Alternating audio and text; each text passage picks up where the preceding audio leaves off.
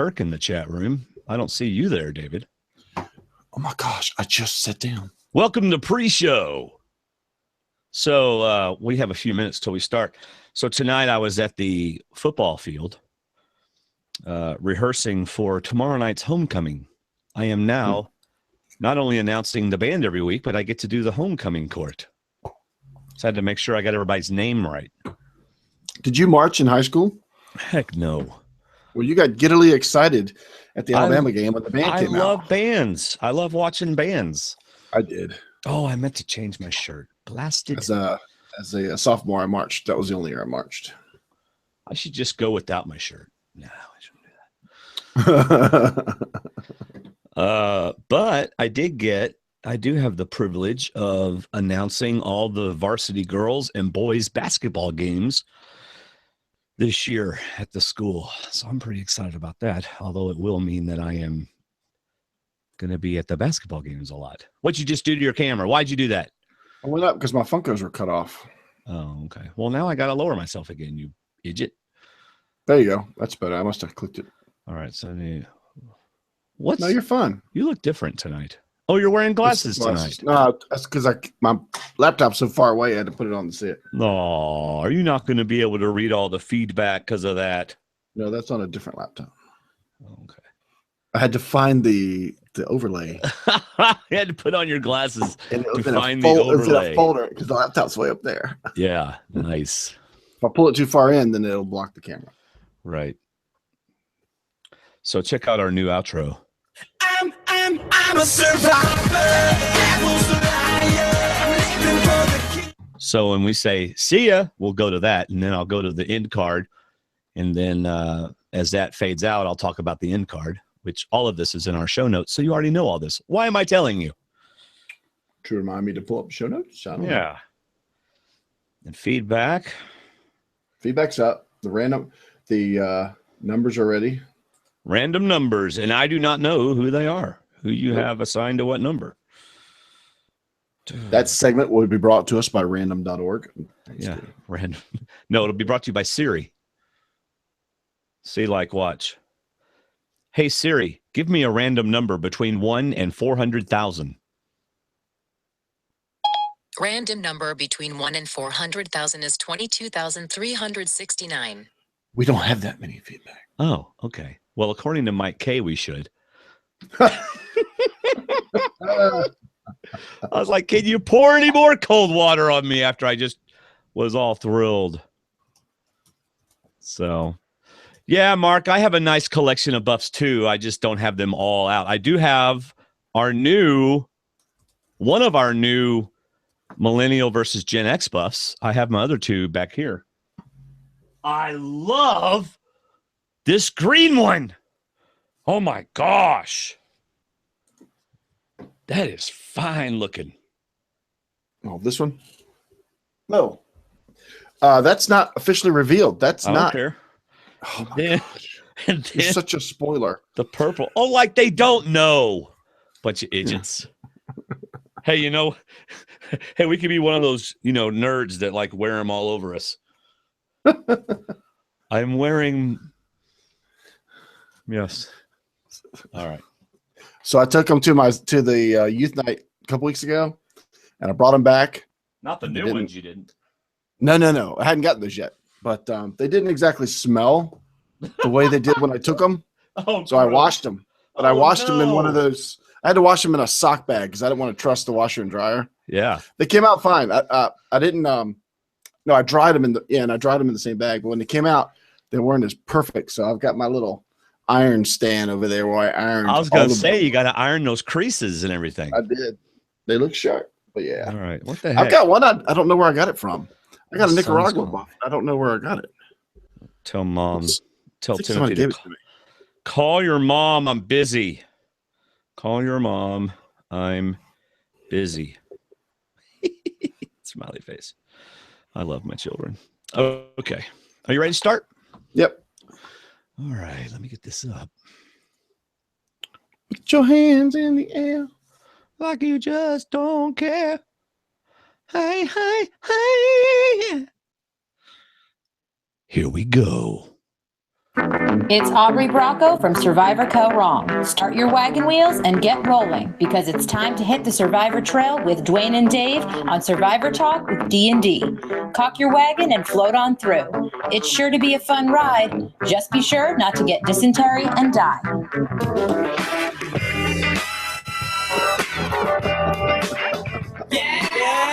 Dysentery and die. Do what? Dysentery and die. Welcome to Survivor Talk with D&D. I'm Dwayne. And I'm David. Yep, and we are just two best friends talking about the show we love, Survivor. You realize we've said that over 277 times. And you realize it's probably my least favorite part of the podcast. Is it really? I don't like that part. Oh, well, we should change it then. You should just saying, there's David. Hey, Dwayne. Oh, okay. Welcome to Survivor Talk with D&D. I'm Dwayne. My co-host is David. Hey, David. Hey, Dwayne. And we're just two best friends. You're right, because you say hey, Dwayne, a lot nicer. Wasn't that more excited? Okay, I'm going to change that in the notes. All right, so we're going to go back and start over? Okay. No, but y'all just got to witness podcasting improvement. History. While it happened. History. 277 episodes in, and he finally tells me that he doesn't like that part. Well, I finally feel like I can trust you now. So. Oh, yeah? You finally feel that way, eh? Since we're on things I don't like, I'm just kidding. I'll stop with that. After 500, was it 550? I'll bring up something else. Yeah. Tonight we're talking about the Survivor Millennials versus Gen X episode 2, Love Goggles. I should have worn my goggles tonight. Oh, yeah, that was a great picture. I appreciate you sharing with that. I shared it with a few. Yeah. It was pretty horrible. We're going to read, listen to, and discuss your thoughts on the show as well. We have, what do we have, 9 or 10 feedback tonight? Yeah. Anyway, we have a lot. Well, you should know you put together the feedback. But not all of them are numbered because not all of them count. Well, yeah. At the end of the show, Buff USA is giving away a Survivor buff to one of our lucky listeners. So wait around, listen for that. You can get a buff at buffusa.com/Survivor Talk 33. You need not be on the internet to win. You don't have to be there to win. No, you don't have to do that. We'll email you and go, hey, dude, you won. Tell me. This is our best season of podcasting ever, David. And we have our listeners to thank. So thank you all who are listening right now. Thank you for listening, watching, subscribing, sharing, supporting us. And if you're new to us, well, we're two best friends. We're dads, we're husbands, we're the old guys. We're 47 and 49, I think. David's 49, I think. Isn't that right, David? Yeah. Yeah. So, we're the old family-friendly Christian guys that do the show, do the podcast. So we're family-friendly and we love our D&D communities. So check out our Facebook group, stwdd.com/Facebook. Oh my goodness, we have a lot of fun on the Facebook group. We have 877 members of the Facebook group, and probably 30 that say stuff and 10 that talk all the time. More than 30. You think? Yeah. Well, anyway, I hope so. We have a lot of fun on our Facebook group. So not the Facebook page. I know you can find the page, but Facebook, that the pages are so, you can't interact with people. So join the group. You have to ask, and we say yes. So if you're watching live, join the conversation in that chat room. And that is chatwing.com/Survivor Talk. If you're watching on YouTube, you can just open up another window. And if you like what you see so far, click that thumbs up button. It's right there, right down there, I think, unless it's over here. I don't know. It may be over here. Click that thumbs up. Awesome. Thank you. That's how YouTube goes. Oh, people like your videos. Maybe we'll start, showing them in other people's feeds and stuff like that. Those people that get 40,000 views and 2 million views like Mari. Oh, Mari. I know. We hardly knew ye. I know. Therefore she goeth. Yep. Whatever. As does Dwayne's chances. Go ahead. Oh, I don't think so. All right, David, we have to give a shout out. We get to give a shout out to our newest patrons over at stwdd.com/Patreon, Patreon. Chris Diorio and Jessica Campbell. She raised her support. She raised it to 6 because the next 5 people before the end of October that do $6 or more are going to get in a drawing for a free signed shirt or mug for becoming a patron. So thank you, Chris Diorio and Jessica Campbell, for being patrons. We just thank you so much. So awesome. It's time for, David, Survivor Talk.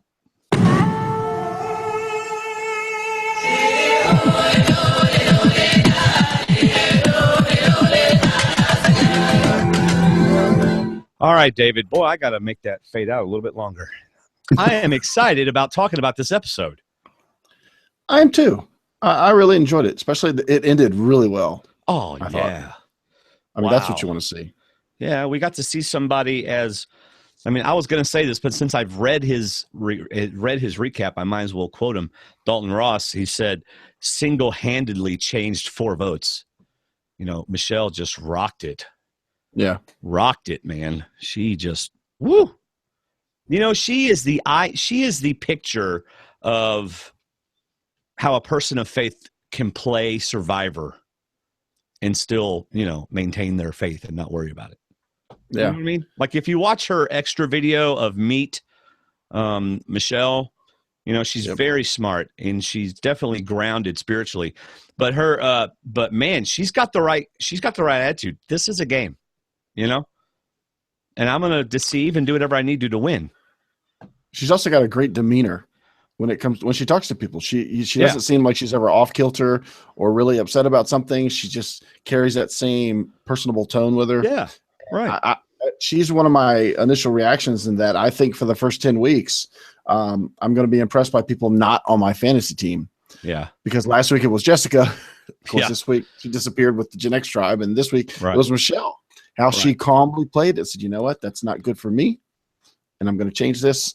And it's neat because she used, in my opinion, her relationships that she'd made out of honesty and just trust.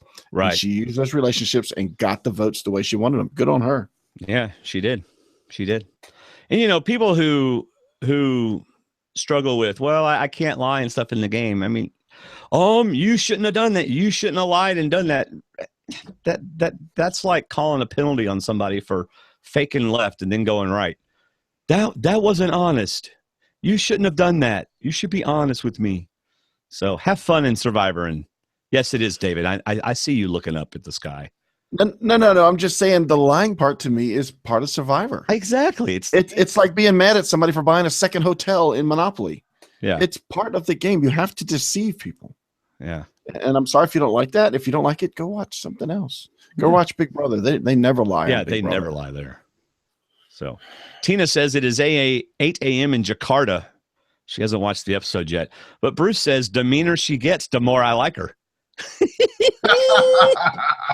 Oh, way to go, Bruce, in our chat room. So I have a couple of initial thoughts, David. Do you have any? I had 3. I already gave you 1. Oh, okay. I have 4. So I'm going to go ahead and give you another one. Nice job, CBS, on the 2 red herrings. No medevac. And showing episode 2 pics of millennials with the idol throwing people off, including me, thinking they'd won the immunity challenge. So that was in our Facebook page. Was it Chris? Facebook group, yes. Posted in our Facebook group. I know. Sorry. I keep going to the page. Nobody's ever there. And but there's plenty of Reese's cups. But they go. But he posted. There was a slideshow posted by CBS. It was on YouTube. Yeah. On YouTube, on Survivor CBS, and then their page, and then apparently it had the immunity idol. The second to last image showed 2 people from Millennials with the idol sitting right there next to him.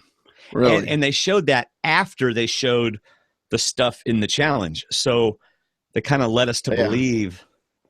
Anyway, so it could have been right up to the challenge. I guess. It was a good red herring. Yes. It could have been in the episode, but it could have been right up to the. Oh, sure. Yeah. Just way to go. No medevac in episode 2 picks. So we were right about the David redemption arc. Oh, yes. Already started. Yeah. Yeah. So don't tell your plans to the other alliance. I'm just, I can't wait to talk Michelle, about Michelle, we're going to tell you what we're going to do, even though you're part of the 4 Kappa or whatever. Even the 3 trifecta. Yeah. We're going to tell you our plans. Bad idea. We know how that turned out. So yeah, I think there's more to that, and then we're going to talk about it when we get to that point. I'm looking forward to talking about that segment. Yeah, I got one more. We might we have a Survivor first? 2 winners in a row with the same name. Different spelling, but same name. Could Michelle win? Could she win? I don't know. I don't know either. So what are your initial thoughts besides the one you've already given? As of right now, if she gets to the end, I think she could. But I think if people are smart, they won't let her get to the end. Well, right. Because of her character. It's just the way she's been. You know what, David? If they outwit her, outplay her, and outlast her, she won't make it to the end. Well, then they'll deserve to win. Yeah. Good point. One of my points was, when are you going to listen to me? What did I say about Paul? I said it would be Paul. He would not go home. Right. And I also said Mari would get called out early for being too smart, too aggressive.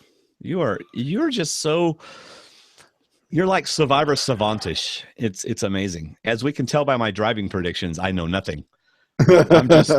I'm just here for the voice, I guess. And you're here for the brains. So but believe me, I'm like 50-50. I'm not going at it. I don't know. You're a lot smarter than me with Survivor stuff. So I got that CBS loves karma. They love to edit for karma because Paul got it in buckets. Right. You know, after ripping into David. Fantastic challenge. Yeah. We got one challenge, but it was a great challenge. Oh, I can't wait to talk about the challenge. And I think that's it. I mentioned the first. Every week I'm going to be impressed by somebody not on my fantasy team. It drives me nuts. Yeah. So because I gave Figgy Andy agreed the flirt points, which she got, which she's overused, but I just didn't give Michelle the strategy points that she deserves. Boy, are they oblivious or what? Figgy and Taylor. And hey, props to Probst for finally getting in a comedic moment when he sticks his head around the corner. That was so funny. I loved it. Thank you, Hannah, for causing that. That was so good. That was great. All right, so we start with day 5 with the Gen X tribe. They're trying to start a fire, and this is where that David arc starts to move towards redemption. All right. We get Paul saying Cece and David don't have a chance in this game. They are next. And David offers to help with the fire, and they basically laugh and kind of like, okay, yeah, right, whatever, while he tries. You know, they made a point to show us, like, Brett did it, Chris, Paul, of course, did it. You know, basically, like, yeah, right. If we can't do it, we know you can't do it. Exactly. But guess what he did? He did it, and you knew it was coming. Yeah. I'm still perplexed that they've gone 5 days without fire. I know. That's a week. And you had Flint. And you're at camp all day. I guess they got Flint day 4. Right. The day before. Yeah, the day before this episode. The night before this episode. So this was their first day with Flint. Yeah. But Zeke did it without Flint. Exactly. But he's Zeke. But I wrote down that Paul said that David can't handle it out here. I said, you are definitely getting this Dr. Joe visit. Yeah. He's coming for you. Yeah, that's right. Chris said, David is like our puppy. We just keep patting him on the head until we have to vote him out. You know, keep him busy. And David just obliges because, you know, hey, you want me to go out and find some rocks for us to sit on? And maybe an idol while I'm out there? Yeah. Sure. Nobody probably even looked at him. Sure, David, go ahead. Do what you want to do. When we go to trouble. Rocks. Yeah, we've done that. We know why it's taking you an hour per rock, because they're heavy. Yeah, I love what he said. Finding rocks are dirty. So it's digging for idols. So it works. Yeah. I'm like, you go ahead. Yeah. Way to go. Yeah. He also said I'm more of a Cochran than an Aussie. But Cochran did really well. So if he wins, he's more of a Cochran. If he doesn't, he's more of a Fishback. I mean, the whole I can't break a stick thing. Yeah. You know, they've done that every episode now. Yeah. Yeah. Poor little guy. Was that right? Was that in the same segment as this? Yes. He makes fire, but he can't break a stick to put into fire. Yeah. That's like when you can't cut the log. We're just going to put this tree on top of the fire as it is, and then move it into the fire as it burns. I've done that before. I remember Durham Warriors Survival Challenge, and I went out to y'all's camp with the camera and everything. And was it Bob? Is that his name? Yeah. Bob had like the fire was, I mean, you could have cooked 1,000 hamburgers over that fire, and he kept pulling more and more and more stuff on it. I was sleeping away from the fire because it was so hot. Wendy was crawling in the fire, and I was trying to get away from the fire. So, I mean, when I first watched the episode, I didn't think he saw the idol. I thought he was looking around like, well, crud, I can't find it. And he was about to walk off. I didn't realize. Gave it away. Huh? When he's standing there and the camera was zoomed, it went, I know, but that doesn't mean he saw it. To me, no, he heard the camera. Oh, okay. Right. Yeah. They went, zoom. That's right. Well, anyway, I didn't think he had seen it. So I was surprised when he went. When they showed the close up, I was like, "Oh no, he's gonna walk." Yeah, that's what I thought. I thought he was gonna walk away. Get a Lucy. Don't pull a Lucy. Come on. Yeah, and then what do? They give the guy, Gorilla Glue's really hard to like pry open, and so they probably, they Gorilla Glued the coconut together. Poor guy can't bust a stick, and you give him a coconut. I can open this. Can I just hold this as the idol? Is it in here? Can I just put this in my pants and think I get away with it? No. He even asked the cameraman, is it in here? That was so funny. Did he really ask the cameraman? He asked him something. He asked the cameraman something because he almost walked into the camera, it seems like. Oh, it's hilarious. Oh, man. Day 5 with the Millennials. Anything else you have with Gen X before we go on to day 5? Nope. All right. Taylor and Figgy are quite infatuated with each other. Yeah, I just wrote Tiggy makes living plans. Tiggy? Who's Tiggy? Oh, Taylor. Taylor. Yeah, I have a feeling we're gonna see a lot of them for a few episodes. Yeah, well, let's just go straight to the night where it's called macking.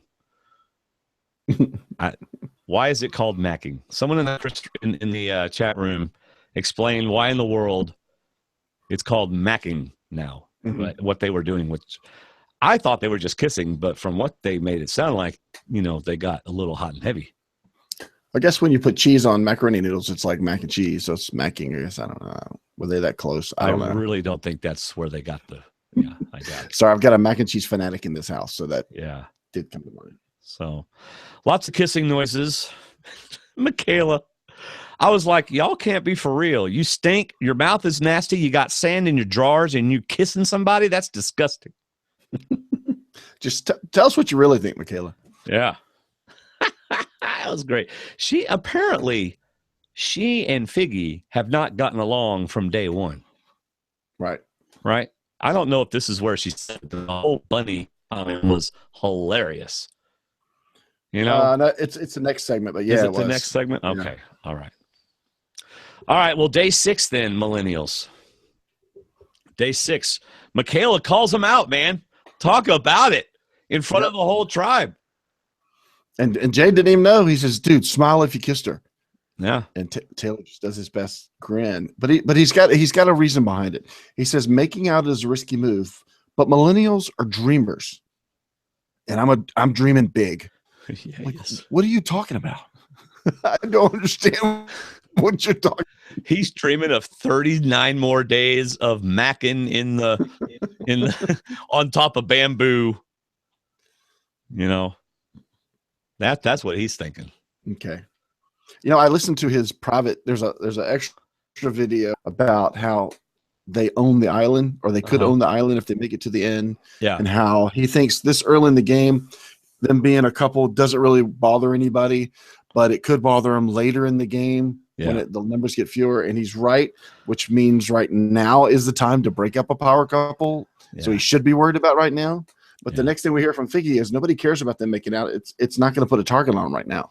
Yeah, except for Michaela, right? She says. I'm thinking, wait a minute, you're my winner pick. You can't be thinking like that. I know. That scares me. Well, it's like, and like everything puts a target on you. Yeah, she says that, and then everybody back at camp is talking about it. Mari, Zeke, Jay, Hannah, they're all talking about it. Yeah, I like what Zeke said. No matter what you are or what you're doing, you need to stay in the mentality of the fact that you're playing Survivor. And what they're doing can easily take them out of that mentality. That's right. Whenever they're making out maybe that's where they get making out. Anyway, whenever they're making out on the bamboo, they are not playing the game. They are completely out of the game. Right. So, Jay tells it like it is in the confessional, man. You know? What did he say? What did he say?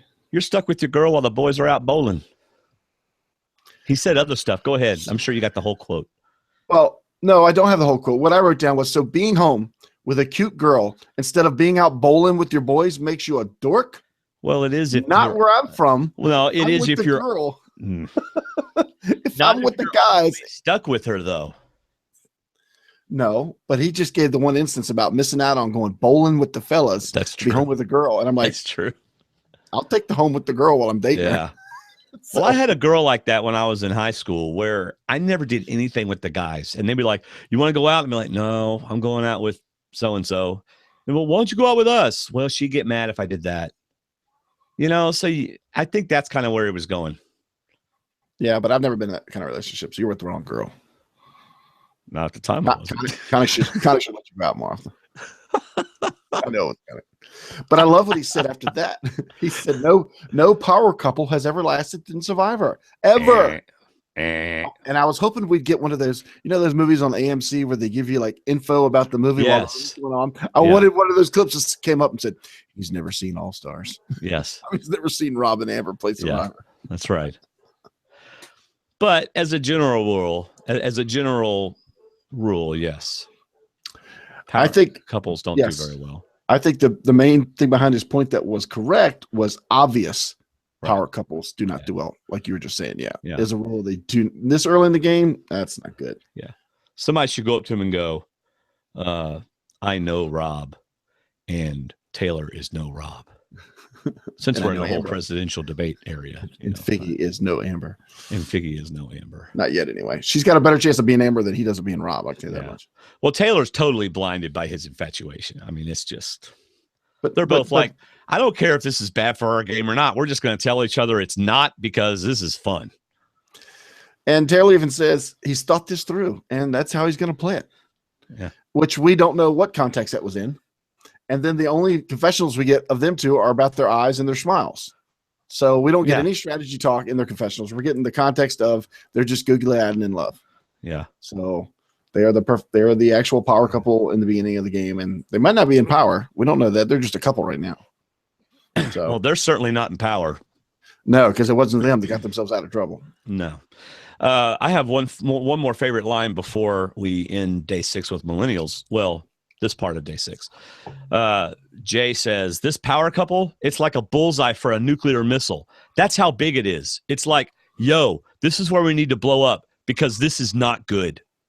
I cracked up when he said that. He's prophetic. He's right. He's exactly right. That was the target. Right, let's go out to the Gen X tribe where we get some amazing footage. Tell you what, day 6 was amazing. I've got like 2 pages of day 6. Yeah. Well, why don't you start talking about day 6? Well, I love it because there's no talking. There's nothing going through it until the end of it. But Ken goes fishing and in the crevice finds an octopus. Yeah, and that's amazing. Great clip, beautiful water. It was like a vacation commercial for Fiji. Yeah. That's how nice it was. It was awesome. And I like how I love Ken even more in this episode, especially in this part. He talks about when he lived off the grid, he fished a lot. He knows how to fish. I can fish. I can supply. I can bring food to the table. But what this game needs is bonding and social connections. Like, dude, you are so into it. You are so right. And then he admits that he's socially shy. Right. And I could just see David watching at home going, really? You look like a Ken doll and you're socially shy. Well, that's what he said. You poor thing. I mean, that's what David said, though. We're like scientific opposites. Oh, man, that picture cracked me up when they're standing beside each other. That was so funny. But apparently Ken is one of those good-looking guys that's socially shy. Yeah. Which, of course, girls end up loving that. Exactly. But he says, I don't get the impression that he might be the one that would turn on the Gen X if they bond or swap. Remember, I was thinking him being so young, he'll probably think he's more of a millennial. I don't get that impression anymore. He still seems more mature than his years. I love how he sees David's evolution, his growth, inspiring to him. Mm-hmm. I mean, this is a model talking about this scrawny little neurotic bald-headed guy, and he's an example to him. He's Right. inspired. I love that. That is such a great story coming out of this episode. And that's cool. He's inspiring Ken to become more social. Yeah. And David said that one thing that Andy Baker has said several times. You got to find that one person. One true. Trust. Yeah, that one true. Absolutely. And they have found each other. They have. They talk about Paul's posse. They both agree, which is interesting because I didn't get that impression last week. Paul seemed like the third or the fourth. When they were talking, it was like Jessica, Brett, and Chris. Because they showed a lot of Chris and Brett last episode. Yeah, this week we got nothing. Or Jessica. Yeah, apparently Paul is running the show over there. Yeah, or at least they're letting him think he's running the show. But and CC seemed to say the same thing later on. Right. And I love what Ken said. He realized they were bonding. They were getting along. He said, "Well, we can sit here at the bottom and get picked off, or we can do." And David goes, "Or we can do something about it." Yep, I'll meet you at the well. Yeah, there you go.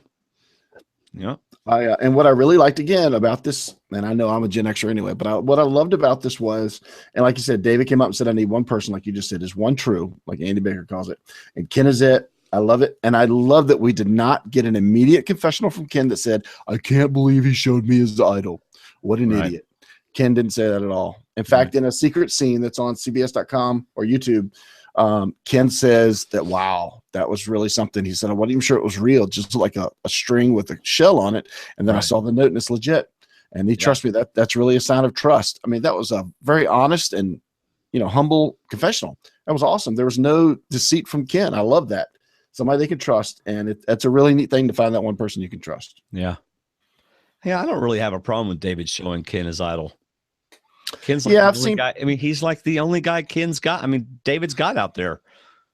I mean, normally I'm like, don't show your idol, but I mean, David's kind of alone.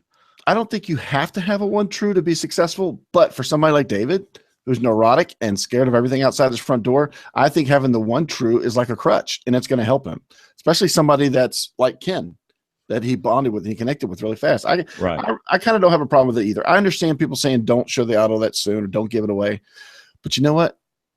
You got to having that one person that you can count on is like having an extra blanket when you go to bed. Yeah. It's knowing that it's always there. And they both agreed. They actually said that for them to go forward, Paul's the one that's got to go. Yeah. And I said, oh, I guess he is seen as the leader in that group. That's interesting. Yeah. So day 6, Millennials, this is where we get the confrontation.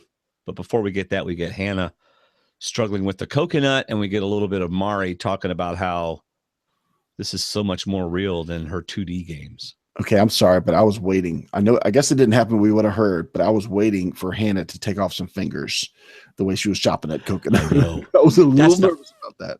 That's the first thing I thought when I saw her. I was like, no. Yeah, and they're just back there watching. Yeah. Yep, you're doing great. Yeah. Just, chop right there towards your, the closer you get to the finger, the better the chop. Yeah. That's crazy.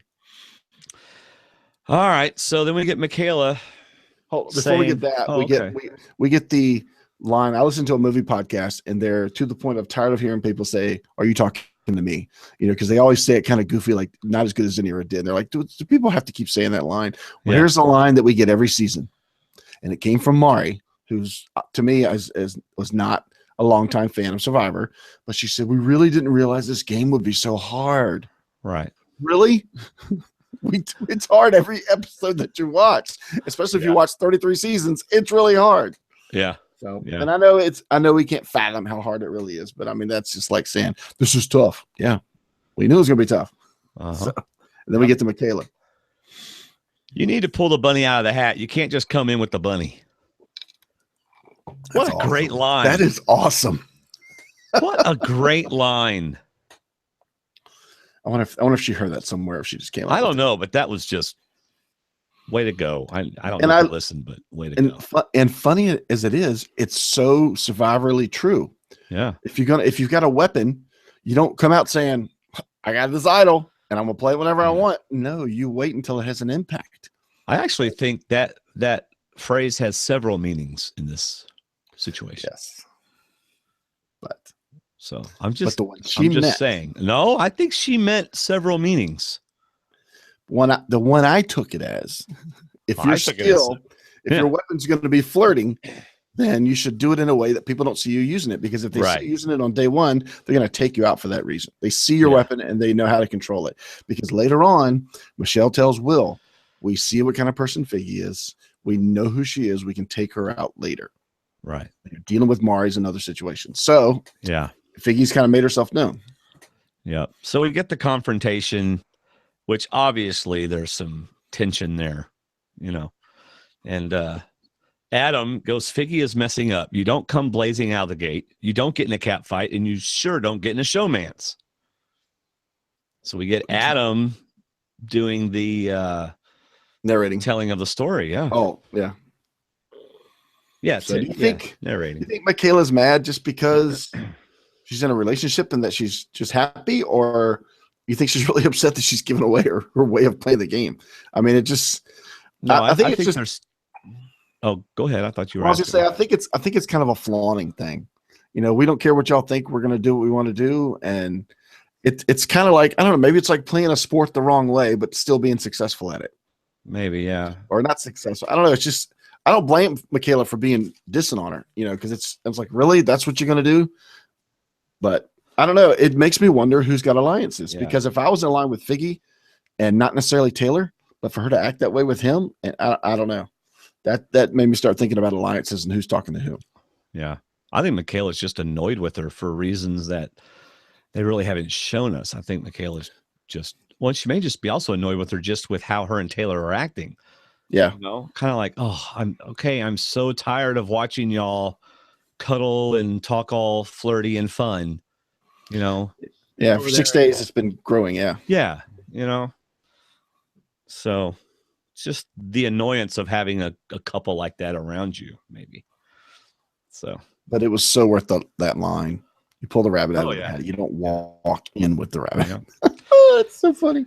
Yeah. So we go back to, we're going to day 6 with Gen X, and we get some more Paul talking about being in control. Now, I didn't really like the editing in this scene, because you know how they did the going back and forth from one thing to another? Yeah. You see Paul slowly becoming more and more sick while you're hearing Ken and Cece talking about taking him out. And it just didn't sit right with me. I'm not like I was offended. I just, but it's just like, it didn't sit well with me. I didn't like it as much. Yeah, well, it's a questionable edit, because I don't think that conversation was going on while it was happening anyway, because I think they all came from different directions, it seemed like. Yeah. But, I mean, it could have been, but I get what you're saying. I mean, it didn't really bother me that much. It was just... No, I didn't expect it to. Yeah. It made me uncomfortable. I was like, oh, come on. I don't know. It just made me uncomfortable. So, but they're talking, you're right. Ken and David talk to Cece. She's completely in favor of it because she's obviously on the bottom. Right. And something I learned in the secret scene, because when we were waiting to go on, I sat here and watched a few videos. There's only like 4 or 5 online. And Cece had one of them. It was explained. Actually, I'm sorry. She posted it on her Facebook link, and I watched it there. I think she's got a page you can like and watch videos she posts. And then she posted an explanation of why she agreed to go with Ken and David, partly because she had no other choice. But she also said they had Lucy agreeing to join them. Oh, Lucy was there? No, she wasn't there, but in her secret scene, in the episode? Yeah, she was in the challenge. They'd also talked to Lucy. So they had 4, and they would have been looking for one more. Yeah. So, but I don't think they would have got it with the way the numbers were. Yeah. So. Well, Paul was just getting worse and worse, and just kind of like, he was like a slowly falling. Man. Yes, you could see when he looked at his hands, you knew, watching it the second time, I knew they were getting numb. And that's, he was like, I can't feel my hands. And all of a sudden, his mind was just, and he is a former medic in the Coast Guard. He had a secret scene, talked about how scary it was. He said, I could not put 2 and 2 together as to what was happening to me. That's how out of it he was. And yet Chris knew right away. And yes, this wasn't shown on the episode, but Chris knew right away and knew what it was and wasn't worried at all. He didn't bother to tell everybody, but at the same time, you knew 99% there's a chance you're wrong. Right. So, but I loved it.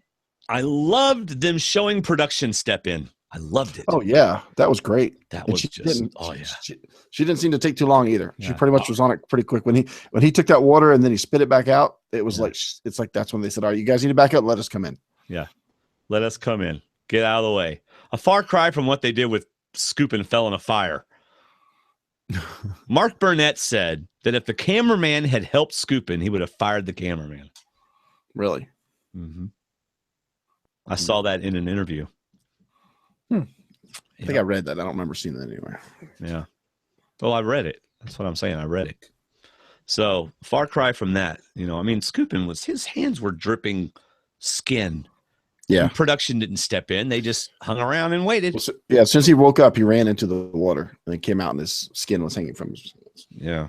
However, that's different than a heart attack. Scoopin wasn't about to die. So, okay. Production stepped in because he was, you know, they thought he could be dying. We got to take care of this. And the interesting thing I read today was normally like home base and everything is right on the same island, but they're 30 minutes away. The doctor's 30 minutes away by boat. Yeah. Because they're on a small island. They're not on a big location, right? Yeah, it was man. So they had to wait. That's a long time to wait when you're thinking something's bad's happening and you don't have any medical equipment out there. Right.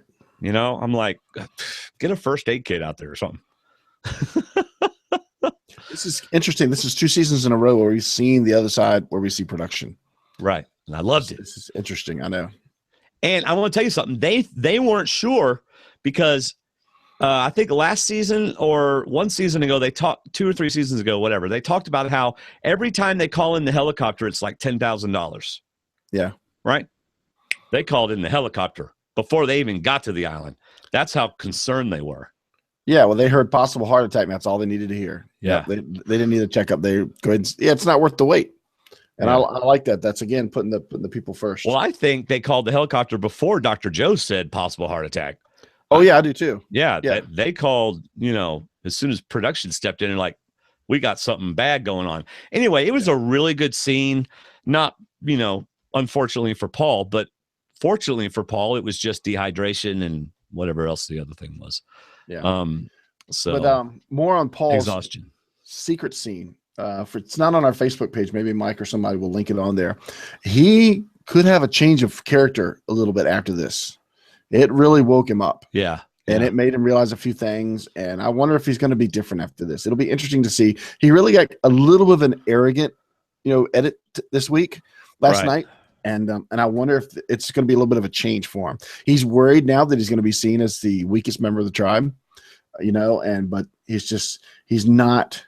It was really a slap in the face to him, like a wake up call, not an insulting thing, but a wake up call. Right, so I'm really interested to see how he's going to change, if he's going to change, or if we're going to get a different edit. Yeah. After this has happened. Yeah. So Sunday goes, I need Paul. Also, I care about him. There's always that there's always that awkward moment of, okay, I'm gonna look really insensitive if I don't, but like now they all know he's okay. So you're like, I don't need him to get sick. It's like whenever my son's like doing something and I'm podcasting or whatever, I go, don't you break your leg, because I don't want to have to take you to the hospital. Just kind of joking around, but anyway. So David and Sunday were standing there, and Sunday said, all right, Paul, get up. David said, all right, Paul, go get in the helicopter. Sunday said, Paul, get up. David said, Paul, go get in the helicopter. And then David said, I feel so guilty saying this, and I'm glad Paul didn't have a heart attack. But honestly, when he went down, I thought this might be a good thing for me. Well, yeah. Well, being a Survivor fan, nobody's ever passed away on the American version of Survivor. Mm-hmm. So it's always been a matter of Survivor meds are super fast. They get in there, they save the day. And if he goes, that makes the numbers a little more even. Yeah. If it happens to go that way. Yeah. I think the world of Paul, but if he happens to walk out of the game today, it really wouldn't bother me. Yeah. But I don't take what everybody's thinking. Yeah. Exactly. You know that some of those people, even Sunday was thinking, this is not good. He's got to stay. That's right. I don't care how you feel. Get up and go drink some water. Get back in the game. Yeah. David, let's get to possibly one of the best challenges ever. There wasn't land anywhere in sight, camera sight. Mm-hmm. It was just beautiful. Oh my goodness. Beautiful ocean and things the wobbly stand on. Yeah. I mean, that's just amazing. And they are bone dry. So a boat dropped them off. Oh yeah, obviously. Yeah. But I mean, just, oh my goodness, what a beautiful location. So here's the challenge, which I love this challenge. There's no puzzle. All right. So it's all athletic. The whole thing is athletic and a little bit of carnival game at the end. Yeah. Swim, climb, jump for a key. Mm-hmm. Use the keys to get the mask. Use the mask to get the rings. Use the rings to win the carnival game. Bravo, production. Bravo, bravo, bravo. Bravo. Mm-hmm. Yeah. Yep. That's one good giant challenge. That's right. Man, that was good. And Hannah sits out. Don't know why, but she sat out. So she might not be a water fan. Yeah. Do you have any other comments about the challenge? Just a note to future contestants: if you can't swim, if you don't like going deep underwater, getting rings out, go down, touch your ring, swim back up. Save time. Don't mess around with it. Do your one turn of going in the water and then get out of the water. Yeah, because they all three have to do it once. But I just was so expecting Millennials to pull this out. Oh, I know, me too. This was amazing. Good on CC, and good on Ken for making those rings. And if we don't see all the misses, but every time we heard them yell, that's when they're yelling for the miss to get tossed back, to come back. But Gracie asked, she was thinking about Karamoan when we found out later that some people jumped and jumped and jumped and they had to jump and knock something loose and get something to fall, and people had to jump multiple times. Remember that in Karamoan? Oh yeah. And she's like, I wonder if anybody missed on these jumps. And I said, I don't think so, because they're pretty even. If somebody missed, it would have been the same two people that missed, because it looked like they were right with each other as they're getting to it. I love David getting stuck up there and thinking about, as soon as he stopped and they brought the camera back, I'm like, can he even reach that key? Yeah, really. Why did they put him in that position? So, shortest I just want to kind of step off. The idea of jumping off this thing. Exactly. So that was good. But that was a great challenge. I thought it was good. I love Probst going, Chris is ripping through the water. And Hannah goes, Michelle, you're ripping through the water too. There's a friendship there. There's a connection. Yeah. Paul did a nice comeback in that challenge. Go ahead. Mike K in the chat room says, Hannah said she really wanted to play, but didn't want to go against the decision to have her sit out. So, she's just. That's not good. Well, that's not a good feeling, though, that they want you to sit out. Yeah. Well, there you go. Gen X ends up winning the all physical challenge. Go figure, against the younger millennials. Mm-hmm. And then Mari says, we want to blindside Figgy, which means there will not be a blindside of Figgy. Yep. I wrote that down too. Yeah. There you go. All right. Day 7, millennials, obviously, because they're the ones going home. Zeke is happy to be going to tribal council. I'm so glad. No, never. If ever, never want to go to tribal council. Oh, man. So there's a general consensus that Figgy's going home. You got Hannah, Zeke, and Mari talking Figgy. Will, Hannah, and Michaela talking Figgy. Everybody's pretty much thinking Figgy's going home. In fact, Jay's even kind of like, oh, well, Figgy's going home. Which, first of all, why are they telling Jay? Okay. And why are they telling Michelle? Why? Well, they didn't tell Michelle. Jay told Michelle. But this is what I want to talk about. Telling Jay? This is what I want to talk about, because I missed something the first time I watched it. I misunderstood what Zeke said, because when Zeke spoke to Jay and Adam, he said we need to break up the twosome. Right. And I think most people presume he's talking about Taylor and Figgy, but he also could be talking about Figgy and Michaela, as in these two get going at it. This is just a thought. This is just, I'm interpreting. Zeke goes on to say, with Figgy gone, we can pull Michaela into the group. If not, she's next. When I first heard it, I thought he meant Michelle, as in, can we put with, not Figgy, but can we pull Michelle in and get her to vote with us? Yeah. And then Jay just went along with whatever Zeke said and went with it. But he said, with Figgy gone, we can pull Michaela into the group, as in Michaela would be okay joining us if Figgy's not there. Right. Okay, that makes sense. If not, and then Jay adds in, she's next. So the plan that Jay went to Figgy and Michaela with wasn't a made up plan. It was Zeke's actual plan. I did not. I must be the only person that missed that. I did not catch that the first time. Yeah. I thought Michelle and Jay came up with this plan to say Michaela was next. They went to her with fear. Right. Okay. No. So, but it was. But I'm totally with you. This makes me wonder. I wrote down why tell Jay. Yeah. And but when Zeke's talking to him, he's talking about bringing people into their group, which makes it sound like Zeke and Jay and Adam have a group, as if they've talked off away from what we've seen in the edit. Right. There has to be some connection there between Zeke and Adam and Jay that we just haven't seen yet, because they're talking about bringing them into our group. Which would mean that Jay's playing a better game. I mean, we certainly heard him talking a smarter game tonight. Yes. Yes, he got a little bit better strategic edit tonight. But the only reason Zeke's not a dummy. Zeke's not going to go up to Taylor and say, hey, we're voting out your girl. But he might go up to somebody that he believes he can trust in Jay. Yeah. And go from there. So that's what I kind of got out of there. So is there a Jay-Zeke alliance? And who is this group that Zeke wants to bring in? Michaela, if they vote out Figgy? You know, I don't think he went to Jay to reach out. He went to Jay because I think they have an alliance. That's just a guess. There you go. That's my interpretation. Yeah. And then Jay tells Michelle, which is risky because Zeke apparently didn't say, Jay, don't tell Michelle. But Jay went and told Michelle everything. And see, this is another link. I think Jay likes his link with Michelle, not for the reason Taylor and Figgy like each other. I think Jay's got somebody he can trust. And this is Michelle playing an amazing social game. This is Michelle. Michelle's got a link to Figgy. She's got a link to Jay. She's got a link to Will. She's got a link to Hannah. Mm-hmm. She's got links to all these people. And I think that's really good. So, and Michelle makes the smart decision of, all right, this is not good for us. That puts us on the bottom side of numbers. And Jay's like, yeah, you're right. Yeah.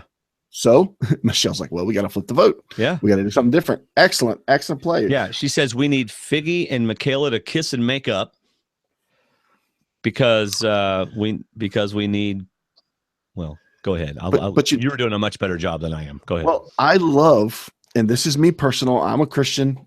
I believe in God and I'm going to heaven when I pass. This is a Christian thing to do. When you got two people that are fighting, you bring them together. And if you have to, you bring a third person like Jay. You think that's why she did? I don't think that's why she did it. Not at all. But morally, it was the right thing to do for two people that are fighting, especially if you want them to come together. Well, you're right, but I don't think she was. I see. Like I said earlier, I think she's in game mode. So I think it was a smart thing to do in the game. Yeah, for sure. I agree, but I like how this was the right thing to do in life as well. It was also the right thing to do in life. Although, I mean, Michaela and either that or Michaela and Figgy are great actors at Tribal Council, you know, but which they did. But I don't think Michaela's acting too much. No, that's what I'm saying. Real. Yeah, they are still pretty upset with themselves, with each other. Right. But I liked Jay pretty much told Figgy and Michaela what Zeke said. Yeah. And about Michaela being next. And the last thing they said was, we need Will. Yeah. He said Figgy first for running the show and then Michaela because she's an easy vote. Right. I mean, he flat out took Zeke saying, well, if she doesn't come along, we have to do her next. And Jay smartly said, you're second. She's first, you're second. And, you know, I mean, he probably used a little bit of a dramatic license. No, but good on him if he did. Yeah. So they're like, okay, so we need to be 6 strong. Jay, Figgy, Michaela, Michelle, Taylor, and Will. We need Will. Right. Right. So that's when Michaela's got to make a good decision. She can stay with the Misfits if she trusts them, or she's trusting Jay. At the same time, she could be playing with a group that she can do better with. She can handle better. Like Michaela said, she knows Figgy and how she plays. Yeah. So, and if you work with Figgy, you're controlling Taylor. Yeah. Yeah, because Figgy's got him wrapped around her finger. So, and then the next thing we get is she does. Michelle talks to Will, and I love Will. It's like he's trying to be this old guy, the way he talks. And I understand your logic. It's a little confusing right now, but I understand your point behind it. And she flat out says, "Look, we know who Figgy is." I said this earlier. We know who Figgy is. We can deal with her later. Mari is the one that scares me. She's dangerous. Yeah. But then Will's like, yeah, but she could be like a poverty and come back, you know, and win the game. Ooh, that could be the winner's line. You know, the winner quote, Figgy could come back and win the game. She figures it out. Maybe they vote out Taylor. Maybe there's a shuffle or something and Taylor gets voted out in the other one and she turns. Right. Ooh, that'd be interesting. So I love how Michelle gets, you know, they've got their 6, but before they go to tribal, she says, I'm not sure we have the numbers. I'm not 100% sure about Will. So I may have to do some work at tribal council.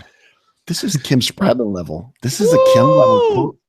Michelle's like, tribal council, we will draw a line. The line will be drawn. People will see what's going on. But like you said, not sure we have. It was a perfect lead in. I'm not sure we have the numbers. She doesn't know if she can trust Michaela. Yeah. Oh, yeah. I'm sorry. It was Michaela she wasn't sure about. Yeah. Right. Right. So they had Will, so it was 5-5. All right. Woo. All right. Tribal council. Adam is like totally taken aback. I mean, as I would be, as you would be. Oh, yeah. This place is unbelievable. I'm actually, you know, they ought to just take all of them to tribal council before the show. Well, then you wouldn't get the reaction. Yeah, no. Poor Hannah. She's having to deal with all kinds of things and the fact that she's at an actual tribal council. Right. But I wrote down whatever's being said, I really don't care. Because once Michaela started cracking wise on Figgy, that's when the real conversation happened. Yeah. It wasn't on Jeff's microphone. Right. So, and then as they're doing this, I'm thinking about the middle schoolers I teach Sunday school in, where I've got 3 conversations going on where I'm trying to teach one thing. And I got groups of people talking all over the place. Yeah. Hannah's like, some people are hugging, like, you know, more than others. It's kind of, you know, people are like really hugging each other and stuff. It's kind of like, blah, blah, blah. Go to somebody else, please. Thank you. I don't know the answer to whatever you just asked me, but it was edited well. I'm not sure if it happened this way, but as soon as Michaela, unless you want to add something else, as soon as Michaela started talking about Figgy and Figgy got a little nervous looking, Michelle said, you know what? I probably don't have Michaela. I got to get Hannah. Yeah. And it was beautiful. It was awesome. And I wrote down Michelle's thoughts. But for Michelle, I wrote, wasn't sure about Michaela, would stick to the plan and goes after Hannah for an insurance vote, even though she had Will. Right. So the numbers are going to be close anyway. But more likely, I like the idea of Michelle, and I give her credit for this. I don't think she wanted Hannah to be left out at the same time.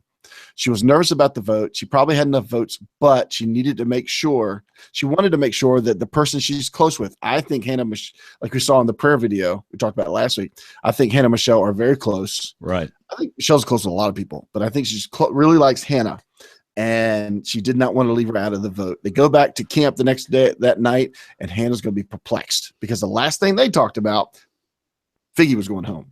Right. And suddenly it's not Figgy anymore. Right. So I think she left. I mean, Zeke and Adam will be left out, but that's because they didn't sit near Michelle. Yeah. It was really interesting to watch that whole conversation going on while tribal council's going on. You know, I mean, we haven't really seen, well, more so in recent seasons, but you know, that's not something that happens a lot, which is kind of cool. That means tribal council's changing, you know, people are going in there and willing to talk while you're there, which I like. Yeah. You know? I love that Hannah stuck to her guns. Give me a reason. I can't just do it. That's my friend. That's the person we're going to keep, you know, and she did not stick to her guns. No, she didn't. She gave in. But she kind of ran out of time. She didn't have much choice, but Michelle stuck to her guns. Trust me. Trust me. It's going to happen later. I think Hannah made the right move. It gets her on the right side with the majority. Right. And with enough votes, Mari is kind of a non-factor now. Since she's out of the game, she's actor now. Since she's out of the game, she's not on the jury.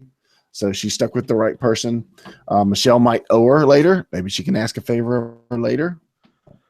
But definitely the right move for Hannah to move. She didn't have to vote because they had the votes, but it was the right move for her to go that way. Now she's just got to deal with Zeke and Adam. Yeah. And how about Mari's reaction? I mean, if I'm at tribal council and there's 2 people over there whispering, I'm not just assuming they're talking about silly stuff.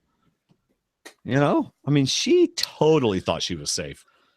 Well, yeah, because when they came up there, it was Jay and Michelle and Hannah were probably all in for Mari at one point. Now, Michelle wasn't and Jay wasn't, but they thought they were. You know, it was everybody against Figgy, so to speak. So what would have made me really nervous was Hannah taking a long time at the voting booth. Yeah. That's when Mari should have been like, this is not good. They've done something, and if I don't know what they've done, then I'm the target. Yeah, it's like, well, I don't know, but how do you know you're the target? Because you weren't told who to vote for, who to change your vote for. Well, if you're not in the planning, like Rachel last week, if you're not in that alliance that's forming in front of you, you're the target. Well, Zeke, Mari, and Adam. So that leaves Zeke and Adam are like on their own next week. they're like hoping for something, or we hope we don't lose or we better get Michaela and Figgy really fighting or something because we are on the outs. Well, yeah, because it depends on how close everybody is to one another. Like you just said, they got to either go to Michaela or they go to Hannah and find out why Hannah changed her vote. Maybe they're closer to Hannah, and it looks like they do talk to her about it. But she's got to explain what happened, and then they'll maybe go to Michelle. I don't know. It really should be interesting. It's an interesting group. Yeah. By the way, Tina's leaving the group, leaving the chat room. She has to go eat breakfast because it's whatever time in the world it is over there in Jakarta. So, bye, Tina. Thanks for stopping by the chat room. So, in time to vote, Zeke, Mari, and Adam vote Figgy. Everyone else votes for Mari, including Hannah, who took several minutes to vote. And I know you're thinking, well, a couple minutes isn't that long. It is that long. When Jeff, if I was to sit here and just us be quiet for 3 minutes, you would understand how long that is. Oh, if I'm quiet for 30 seconds, you're really ticked off. No, 5 seconds. I mean, when we're doing a show, you can't have that. Well, No. but that's another story. But yeah, I mean, out there, most people are going in there. It probably takes 30 seconds, 30, 45 seconds at the most. Yeah. So anyway, Bruce had a good comment in the chat room. He says, I think Hannah hurt herself down the road by taking so long, kind of like Aubrey hurt herself crossing out a name. Interesting. Yeah. We'll never know. Well, what do you think Hannah's chances are?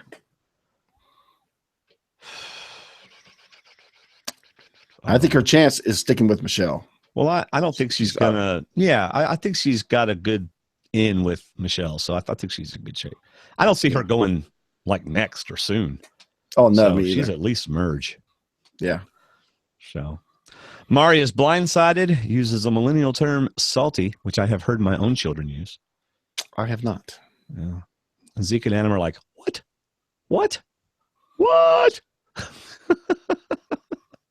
Yep. Oh man. Zeke, I thought you wanted to go to tribal council. Oh, that's right, you didn't. Yeah. Yeah, Mari had said right after the immunity challenge that Figgy was going to go, and there's, I hate crushing people's dreams, but it's got to happen.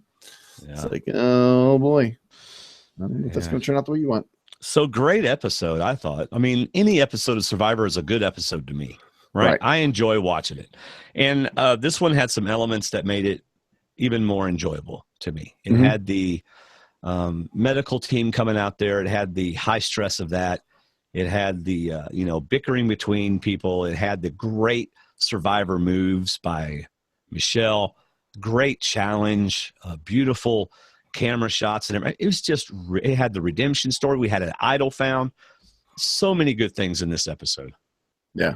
So anyway, excellent. Good indeed. Excellent. Do you have anything else to say about the episode before we move on? No, very good. All right. Hey guys, this is Jennifer, and I just wanted to steal a moment during my favorite podcast to remind you to use D&D's Amazon link when you shop at Amazon. Not only do you get everything you need at Amazon, you're also helping D&D continue their great podcasts. So always use www.stwdd.com/Amazon when you start your shopping, or make it even easier and just use their links on their website and the D&D Facebook group. That's all I wanted to say. Now back to more D&D. Now, Bruce says in the chat room, totally misconstrued. I wonder if he means misused. The use of, I don't know. Totally, no, he's right. Totally misconstrued the use of salty. To old guys, salty means experienced. I was like, what? Oh, he totally misconstrued the use of salty. Yeah, salty now means like, I'm like irritated with you. I'm upset with you. It doesn't mean experienced. So apparently to old guys like Bruce, salty meant experienced. You're muted, David. Did you know that? Did you know you're muted? No, you're muted. There you go. I knew that. I knew it. No, you didn't. No. I just didn't act on it. I knew it. Bruce, I was being so quiet old. for 30 seconds. How old are you, Bruce? Why don't you tell us how old you are? I'd never heard the word salty until my kids started using it. Like when my son will make his girlfriend upset, she's like, I'm salty with you. You know? Yeah. When you say salty about why, I think crusty, crusty old man. That's what I was thinking. There you go. So it's time for listener feedback, which is sponsored by Buff USA. Get your official Millennials versus Gen X Survivor buffs over at buffusa.com/SurvivorTalk33. Use that promo code. You'll get 10% off. Use our link so they'll know that we sent you, and you'll get 10% off. You'll also get free shipping on orders over $40. We're going to give away a buff. Buff USA will send one of our listeners who sent feedback in tonight and met the criteria that I put on Facebook and Twitter. They will get a buff from Buff USA. So as soon as we get done with the feedback, we're going to draw the name. We're going to do the random drawing. Siri's going to pick a random number, and that person's going to get an actual official season 33 buff. So there you go. All right, David, it's time for feedback. Episode 2 feedback. Wendy from California. This is an interesting feedback, y'all. What, David? So we had music. We don't have any lead-in music or anything for feedback? For feedback? No. Okay. No. How long have we been doing this show? 276 episodes. Yeah. Now, y'all, this, David, you want to explain this first? It's not really feedback to us. I'm just going to read it. It came into our feedback email box, and I'm going to read it after this. Yes, this is an email we got earlier this week before the show even aired. Go ahead, David. Okay, here we go. Love your show. But could you have the males wear board shorts? The men running around in their underwear is really not good or family friendly. Thanks, Wendy. That's enough. We don't need to tell anymore. California. Oh, yeah, I wouldn't get it anymore. So apparently she thinks that we are CBS. Either that or she knows what I podcast in. So it's too much information. It's one of those two. So, Wendy, we are not CBS. Do not email us. You know, I think we've gotten 3 emails like that in the 3 years we've been doing this. I got another email once that said, you know, all these women running around, y'all need to stop doing that. CBS is horrible. And I'm like, I'm not CBS. Yeah, I had a guy Wednesday night say, I'd love to see a, Death Valley survivor where they really got to survive, or maybe a survivor in Alaska. I said, there's no bathing attire in Alaska. He says, you think they're really? Oh, never mind. Yeah, you're right. Bruce said, haha, I thought she meant you guys are pantless during the podcast. Well, even if we were, we wouldn't be running around. Oh, man. All right, this one's from Mark. Oh, here we go. Could we have back-to-back Michelle winners? Great move by Michelle to target someone else. Questionable to have Mari as the target, because she can be helpful in challenges, but smart because she is strategic. It was brought up in another group about the error of Zeke, Adam, and Mari for targeting the showmance, and they should have aligned with them, since they are easy targets post-merge. With the twist coming up, which I'm assuming will be dividing the tribes into 3 tribes, it may be less of an issue, but of course they didn't know it was coming. Love the Ken-David alliance and sad to see Mari go, but always happy to see great gameplay. Mark. I think that's Mark Percy. Is that you, Mark? Yeah. The only thing about them joining the showmance is that would put them 5th and 6th, because the showmance is actually 4. To me, it's 4.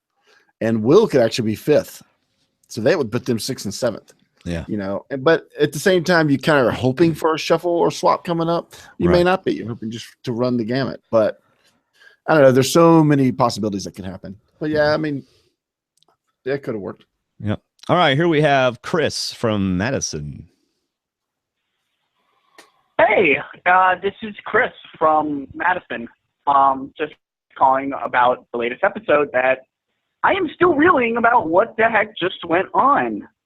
I mean, for someone to get robbed that badly in this game, she did not deserve that at all. I mean, seriously, how the heck does Lucy not get a single confessional in 2 episodes in a row, especially the first 2?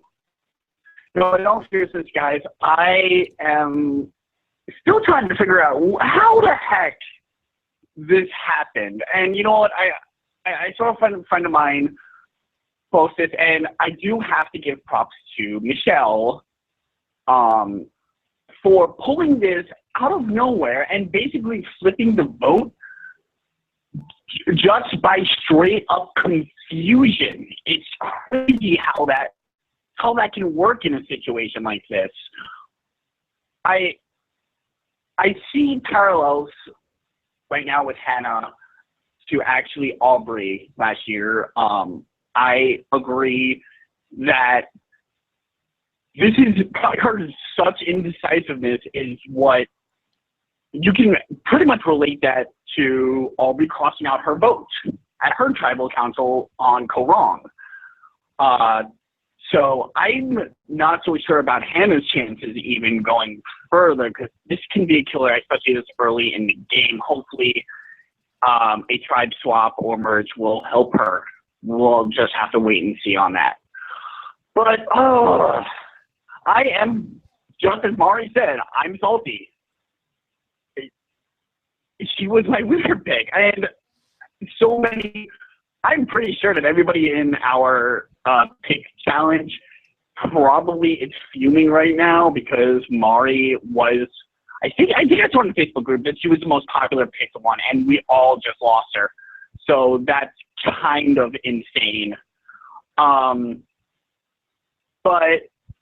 hey, you know what? I got to give props to, I can't believe I'm saying this because I told you guys how much I hate it. I got to give props to the Triforce for pulling this off out of nowhere. And I think the biggest, you know what, honestly, if there's anyone to blame, I guess it was Zeke. I don't know if Zeke and Adam didn't tell Jay what they were planning, I don't think this would have gone. I guess it's obvious enough between Figgy and Taylor that they're a thing that they didn't factor Jay into that at all. I don't know. Maybe there's something we're missing from the edit, but you know, I think that's where everything went wrong, is that they actually caught on. If they actually kept it a blind side, if they actually didn't kept it within themselves and didn't actually go to Jay, this Figgy would be gone 6-4 or even 7-3. So who knows? As for the Gen X guys, not really much to say. I knew it. I called it. Everybody else called that Paul was going down, but I called that there was going to be no medevac. I pretty much assumed that we're all just overreacting after Korong. And David finding the idol and somehow touching Ken. That's weird. I don't know. Anyway, thank you guys for listening to me ramble, because I'm still processing this episode, and it may take me a couple days to actually fully process after my anger goes away with Mari about Mari going home. So thank you guys. Bye. Hey, so if you're still processing and want to add more, go to our Facebook group and drop a family-friendly post on there, and we'll keep discussing it there. I have Good just job, David. Two quick things. I've focused so much on saying group. I still think, and we said it earlier, so I'm being redundant, but I still think Zeke and Jay had some sort of connection where Zeke didn't want Jay to be left out.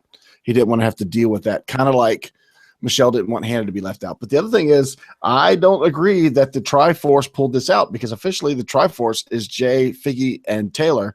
They did not pull this out. Figgy, I think Jay was resigned to go with Figgy going until he spoke to Michelle. I think Michelle's the one, the Uno Force, that pulled this out. So I would only disagree to say that I think Michelle is the one that did this and not the Triforce. The Triforce was fortunate Michelle stepped up for him, or else one of them would have been gone. Yeah, I agree completely. I agree completely, David. Thank you, Chris Diorio. I think that's how you pronounce his last name. He's one of our new patrons. And I think he's the one that posted that spoiler video slideshow on our group and said flat out that there's a spoiler in here. So thanks for doing that the way you did. Yeah, and if that scares you, you're thinking, oh, I can't join their group because there's spoilers. No. Anybody that posts anything that might be spoilerish, that is from CBS, by the way. They always put on there, be careful and stuff like that. Yeah. So, all right, go ahead, David. You got the next one. Yep, I got Bart. And this is between a teenage daughter who thinks she is 16 and a newborn that wants to be fed. It is amazing that I was able to write down some notes on tonight's episode. So here it goes. First off, David digging for rocks and using it as a cover for idol searching was quite smart and may prove to keep him in the game. Although I don't know if I would have shared info about the idol so quickly, still it was a great alibi. It's weird because every time I read somebody talking about David, I know it's really inconvenient. Yeah, it is. So, wait till we get to Dwaine. As soon as I saw Foggy, and I did say Foggy, who was actually the lawyer with Daredevil, I guess he meant Figgy. As soon as I saw Figgy locking lips with Taylor, I thought she was out for sure, and Jay is not as clueless as he appears to be. Over on the Gen X tribe, Ken is the ruling 8 tentacles master. Not sure if I would be hungry enough after 6 days. Not sure if I would be hungry enough after 6 days to eat octopus. As Jimmy Fallon says, ooh, you know what? After 2 days, I'd probably be hungry enough to eat octopus. Dude, man, octopus is calamari. Yeah. I love calamari. That's squid. Well, whatever. And Jimmy Fallon goes, ew. Not ew. Have you not ever seen the Jimmy Fallon skit? Ew. Apparently not. Man, you know what? You're just old. Man, I get up at 4:50 every morning, so I can't stay up that late. Oh, no, you watch him on YouTube. I've yet to watch Jimmy Fallon like on TV. When I'm at work, I can't watch YouTubes. I can't watch YouTube videos. Okay, I don't watch it at work. I just know that pokes you. I know. Well, I don't, and I don't want to get in trouble. So I heard on the podcast that you do all your Survivor stuff and you watch TV and YouTube while you're at work. You told me today you watched the show twice today at work. Yeah, right. Yeah, that happened. All right. At the challenge, David nearly cost his tribe the challenge, but the 8 tentacle one saves the day with help from Cece, who may have staved off her elimination by her performance and by her newfound alliance with David and Ken. Apparently, Bart is a fan of Cece's Pizza because he spelled Cece like Cece's Pizza. Yes. And I don't know if a challenge good work would save her if she had been on the bottom. No offense to Cece, but yeah. But I was glad to see Cece and Ken knock that out. That was awesome. Right. And of course, since I am one, I can say this: the old farts win. Yeah. A tribal council. Can I tell you a fun? Seeing the word farts makes me think of my assistant at work. I'm sure she appreciates that. No. Because well, let me finish the story. Let me finish the story. You're so gonna get busted for that one. She considers fart as like a horrible word, like worse than any other word. Yeah. Like really? Because there's some really worse words. Yeah, she hears that word and she said, "You can't say that." So my son, we were at a mission thing once, and my son Joshua goes, Miss Kimberly's mad at me because I used the F word, and I'm like, "What?" But it was fart. All right, go ahead. I'm sorry, I just think that's funny. Back to Bart's feedback. At Tribal Council, the little side conversation. Bart, what did I say? Back to farts. Back to Bart. No, you didn't. But go ahead. Okay. At Tribal Council, the little side conversation was fun to watch, reminding me of high school whispers in the corner that the teacher does not see yet. Hannah nearly collapsing in the voting booth was great. I did find myself looking at the shell, and I think I heard somewhere that they should hide a clue or an immunity idol in the shell. I thought of that too.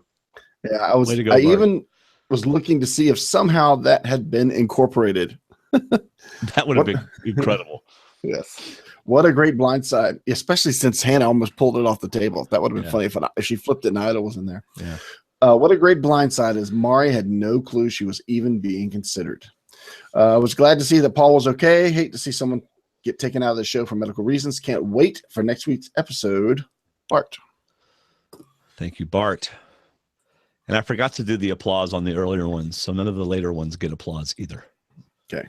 We'll just do one big applause at the end, like you're at graduation. Yeah, right. Next, we have Lucky. That's how David spelled it. I have no idea who this is from. Oh, it's the guy. Yeah. Oh, I know who it is. All right. It's Emily. Yes. Right. Hello. His email just says Loki, whatever it says. Yeah, I think that's his like dad or something. It's not his email address. Sorry to everybody for not being able to write any feedback so far. Dude, it's just episode 2. It's okay. It's because I was busy with stuff. That's what people do, right? I have loved this season so far, and my favorites are Ken, Will, and Adam, and they seem to be doing really well, at the moment at least. I don't care much for the Taylor, Jay, Michelle, and Figgy group, but I was still okay with Mari going home, and they are okay, but I like the Superfan group more. I really like both tribes, but I like the Millennials more.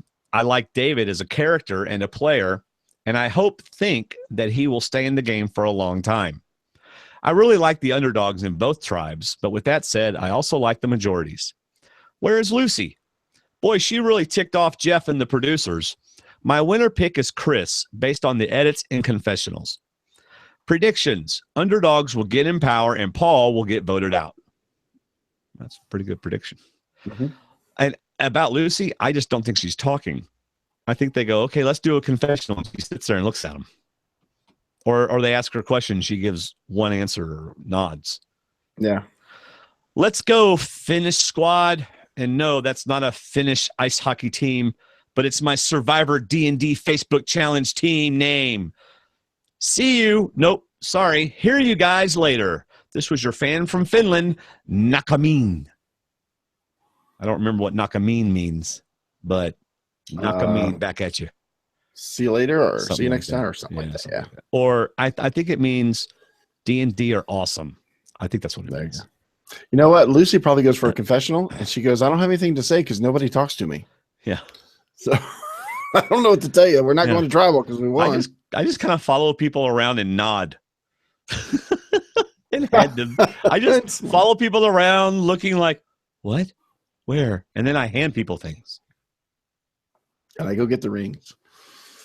All right. So then now we go to Dave from New Jersey.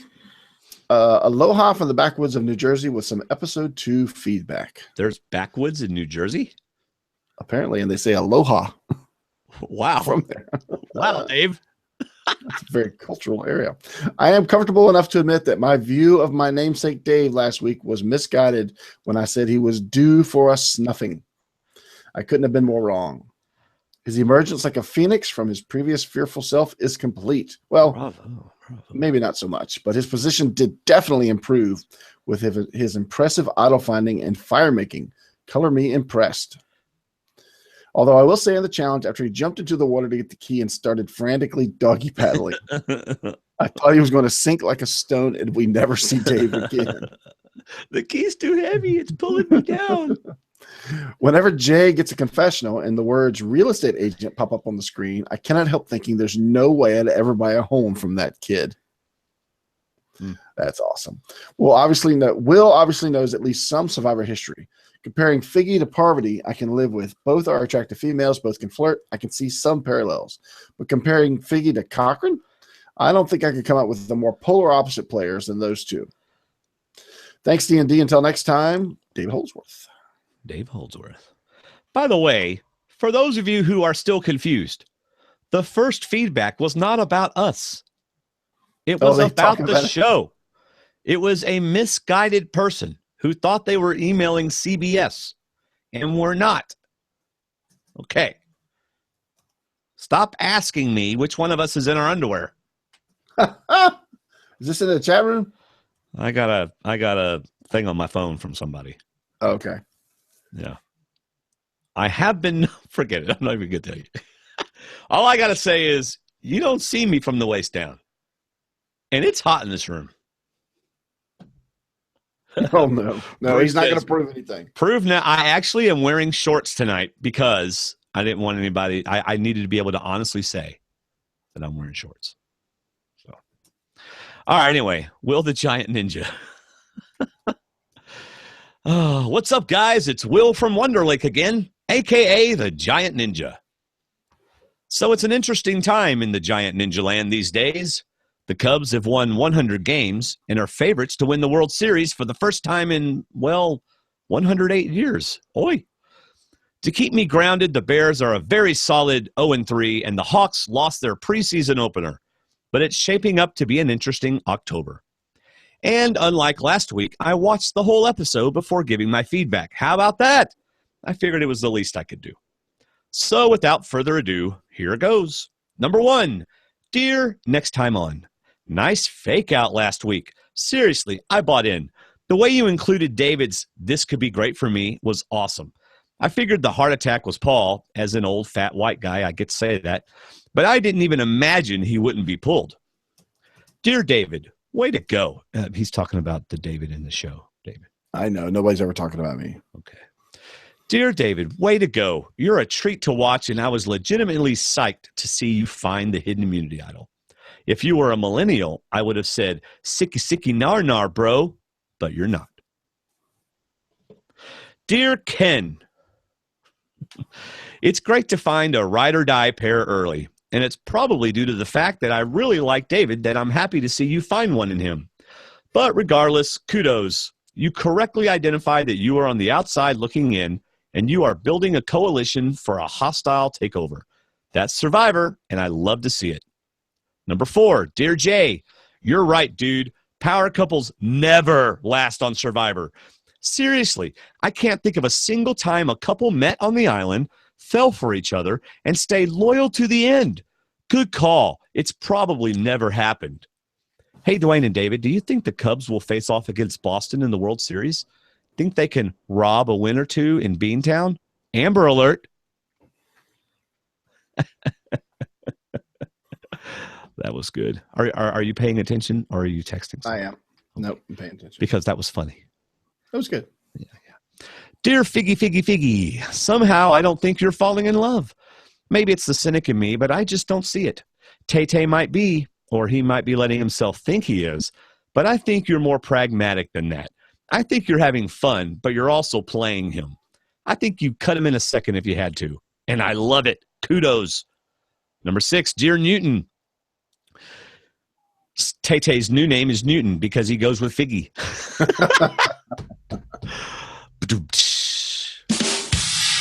I'm not on the island, so I admit that I don't know everything. But you don't come across as someone playing the game.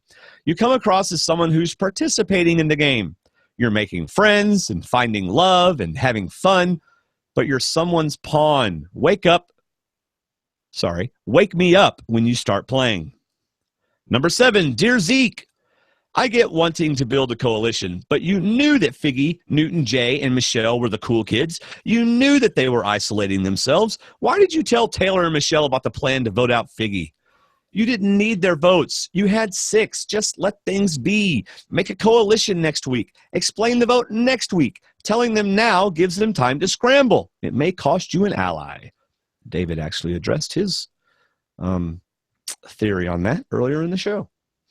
Dear Michelle, wow. I underestimated you. Like Figgy, you're playing the game, and you're playing it better than she is. Way to go. Way to reject the status quo and manufacture the vote you want. You protected your alliance in order to protect yourself, and I loved watching it. I wish you had picked another target other than Mari, but that was awesome. Nicely done. I'm looking forward to watching you play going forward. Number 9, Dear Hannah, Aubrey called. She wants her agony in the voting booth back. And like Aubrey, you were wrong to do it. Bad move. Pick a lane and drive. By being wishy-washy, you don't gain any of the upside of the new alliance or the loyalty of the old alliance. The only caveat I'd add to that is that Michelle wouldn't tell you why to change your vote. And so maybe you gain Michelle's trust, but boy, did you hurt your standing with Zeke and company. And number 10, Dear Mari, I'm so sad to see you go for selfish reasons. I was really looking forward to watching you play, and you made for a great early narrator. But mostly I was hoping to use you to get my son, Jack, the biggest tiny ninja, into Survivor. He's a gamer, and he has watched your channel. When I told him you were on the season, he was legitimately interested. He hasn't watched last night's episode yet, and I won't tell him what happened, but I doubt he'll watch next week. Ugh. Well, that's good for now. See what I can bring to the table when I, watch the episode? Later, peeps. Will at the Giant Ninja. You brought up an interesting point about like Figgy, number 8, and Michelle. Like Figgy, you're playing the game, but you're playing it better than she is. So it's going to come out about her play to Hannah to get this vote changed. Even if Zeke goes to Jay and says what happened, and I went to Michelle, Figgy got saved because they don't think she's a threat game-wise, only as a power couple. But Michelle just made a big play that people are eventually going to find out about, which makes Michelle the more dangerous player. Okay. So I wonder if that's going to come up later. It just made me think of that when he was writing that. Right. All right. Our next feedback is from Mere I Am. Hi, Dave and Dwayne. Sending you lots of love. This is Mere I Am, also known as Vader Girl. I just wanted to give a little bit of my feedback from last night's episode. First of all, I want to say that I think Paul is a little bit of a stretch to be considered Gen X. I'm wondering if Probst did it for his own ego boost, because come on now, he's a little bit maybe boomer. He might have been alive in Generation X, but I'm not trying to be mean. Paul's great. He won't last long, I don't think, but he's not Gen X, and he kind of makes us look older. So that's just side note. But I was really happy for Dave, and I'm so happy I picked him for my fantasy team. Whoop, whoop, whoop, whoop, whoop. And also Ken, who is very bae, and I love the power duo with them. I picked him for my fantasy team as well. Though I did lose a fantasy team member in Mari, though I think it was Andy or David or Dwayne or somebody said that she was going to go out early anyways because she was going to play too hard. Maybe it was Steve Helling. I don't know. But rock on, whoever said that. Yeah, I picked her, lost her. But I also picked Figgy, and I picked her boyfriend, Jay. So I guess I've got 2 people in a power alliance there. Sending you lots of love. May the force be with you. Bye. May the force be with you, David. I was trying to find that list to see who Steve picked for his team. I don't remember. Oh, I don't remember who he picked. I'm going to look for it. Who's reading the next one? I'm reading the next one. I'll look for it later. Yeah. Look for it later. Steve, the graphic artist in New York. Hey, D&D, hope you had a nice summer. Side note, nice game Sunday with the Giants, David. Mm-hmm. If you tweet that you're playing the Redskins, I'm probably going to tweet back at you. You guys played good. 2 minute penalties from New York. I just wish your first win wasn't against the Giants. This isn't sports talk with D&D. Haha, good luck this season. Let's go back to last week. Let me say that legacy advantage note is so much bull. What? Sorry. 36 days. The show is over at 39 now. Survivor dropped the ball on that. Nobody's going to care, I feel, about that note until 3 months into the game. Doesn't matter. That's why I like it. I like his exaggeration. This reward better be super and amazing if you have to wait 36 days. Mm-hmm. This week, Gen X making fire. I mean, is it that hard to make a fire with a flint? They said everyone tried to make fire, and David came with the fire. David also found the idol. Back-to-back wins for David. Like you said last week, D&D, that is the note I'd like to see, not the legacy. Well, you and Steve just right on the same page with that legacy thing, aren't you? Uh-huh. Did Jay say no couple ever last on Survivor? Ever? Hear of Rob and Amber J? I guess this guy was recruited. Yeah. Well, maybe. I mean, not everybody knows every single fact about Survivor. Was he recruited? Do we know that for sure? Yeah, he told me he was. Oh, did he? Okay. No. But right, in that same note, knowing everything about Survivor doesn't make you a great Survivor player either. So no, super fans don't always make the best players. But like, I don't remember what seasons people played on. You know, so that doesn't mean I don't watch Survivor. It just means I have a horrible memory. I only know most of the top maybe 7 or 8, but I couldn't tell you the first boots of every season. I mean, seriously, that's why I'm so bad with memory. That's why Steve's a geek. So what do you think of David showing what? Wait. Who are you calling? You're reading Steve's feedback. You just called him a geek? No, Helling. But anyway. Thank you for clarifying that. It ain't sorry, Steve. Anyway. I didn't want Steve to think you were calling him a geek. No, sorry, Steve T. What do you think of David showing he has the idol? I would keep that a secret. Tell no one. Do you think David was trying to buy a relationship, maybe, or trying to solidify? I think David was grabbing on to a friendship, and he needed to share it with somebody. David is needing that comfort. Mm-hmm. So, yeah, I don't think he's confident in himself alone. Yeah. He needs that extra person, and he sees Ken as someone who's going to help him. Yep. So, yep. Good point. Medical is called. Paul is down. Scary to see that. Wow. Did David say he was happy to see him down? Not cool, guy. No, he didn't say he was happy to see him down. He just said he wouldn't be hurt if he left the game. Right. He didn't want him to die or anything. Yeah. The challenge. Love the water challenge, but one challenge per show. Not happy. Can't wait to see 2 challenges every show. Gen X takes it down. Dang, that water looks amazing. I agree. Tribal Council. At camp, everyone is talking Figgy. I had a feeling it wasn't going to be her if they were showing this on TV. I liked it when Jeff walked over and looked at Hannah when she was voting. Mari is out. # salty. Figgy lives on with her boyfriend in the Love Shack. Okay, D&D, catch you next week. Steve, the New York graphic artist. Yes. Good job, Steve. I love the graphics that you put on in our Facebook group every week. Those are cool. What's with the font, David? What's with the font? Just the way it came in. Yeah, but you could still change it so that I can read the stupid thing. Oh, there it is. Okay. Gosh. I'll change it right now. While I'm reading it, that'll be fun. Zumba Kathy from Missouri. Wow, Kathy hasn't left us feedback ever in a long time. I mean, it must be that free buffs people are wanting to get. Kathy, we know where your alliances are. What an awesome. Oh, sorry. What was so awesome about the episode? That's the opposite of what I was saying. What was so awesome about the episode? Let me list some of the ways. Beautiful underwater shots. Just wow. The totally out of his element, David being the hero and starting to fire for Gen X. Then he couldn't break a stick in half.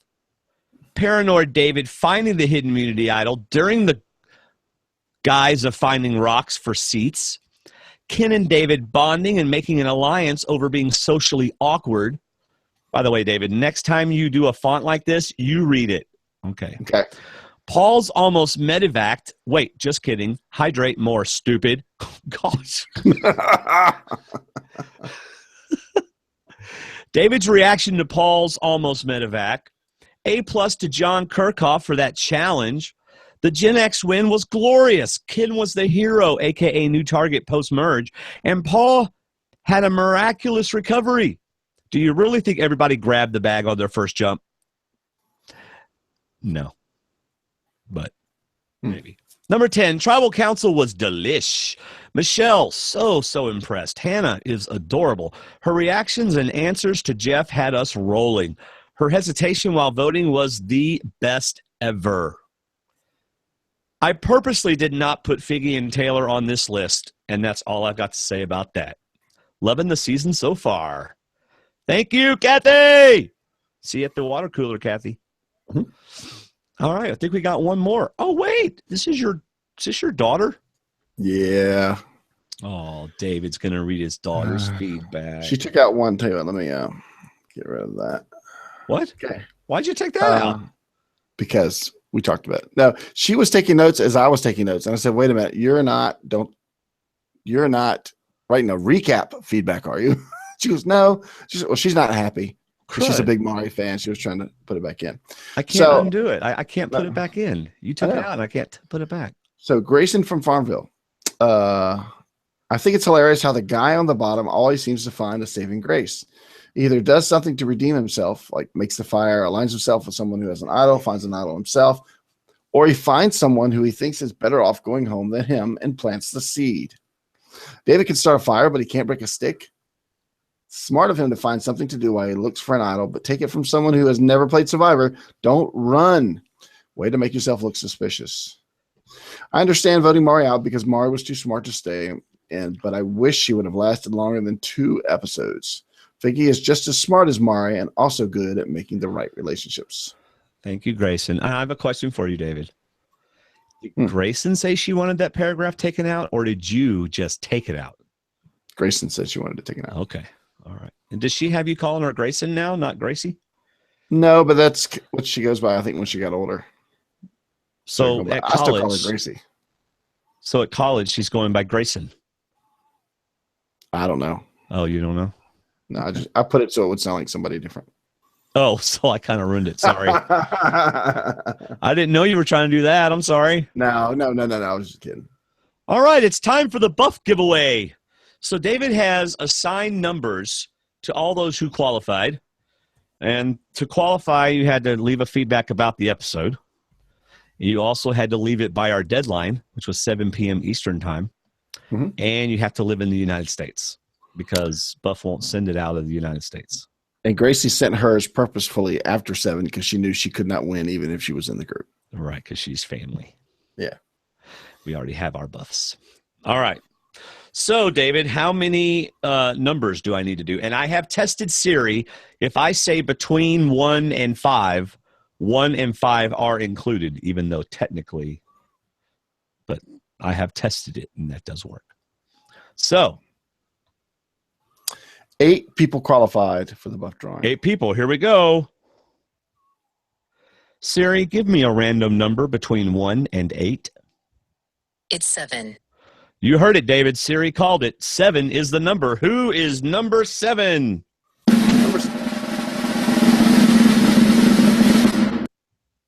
Number 7 is Steve from New York, the graphic artist. Steve from New York. All right, Steve, send me your buff preference from season 33 and the address to which you would like Buff USA to send you the buff. All right. So buffusa.com/SurvivorTalk33. So they'll know that we sent you, and use SurvivorTalk33 as your promo code. This is for everybody else because Steve doesn't have to buy one. And you can get a buff for 10% off. You buy more than 1 or 2 and you get free shipping. So go to buffusa.com/SurvivorTalk33. Yes, David, you look like you want to say something. I have a feeling we're going to be giving away more Gen X buffs than buffs. Maybe so. Hey, go on their site and look because there may or may not be another buff on there. Mm-hmm. Just thought I'd say that I think it's pretty darn awesome. It's getting warm in here. It's getting hot in here. Let's use the green buff. Oh, sorry. You mean the one that's on all the pages? Yeah. It's time for You Write Them. We Read Them. iTunes Reviews. All right, David. I am going to read our 2 new reviews on iTunes. Why leave a review on iTunes? There's a couple of reasons. Number 1, we're going to read it on the air. Number 2, you write reviews, iTunes goes, oh, people are interested in this podcast, and we get a little more better placement. But you know what? My favorite review still is, whether you write a review or not, they're still going to play the music. Oh, I haven't done that. That's this week, you idiot. It is? No, Yes. I thought it was last week. No, it's in the notes. You talked about it Monday or something in the Patreon. No, I did not. We got it today. No. Gosh. I would have seen it before today. David, we got it today. Then how did I know about this? The first review is from Nabisco 2005. Gave us a 5-star rating and said, absolutely love. When I first heard about the D&D podcast from a friend, I got really excited, thinking it was a Dungeons and Dragons podcast. I was incredibly wrong.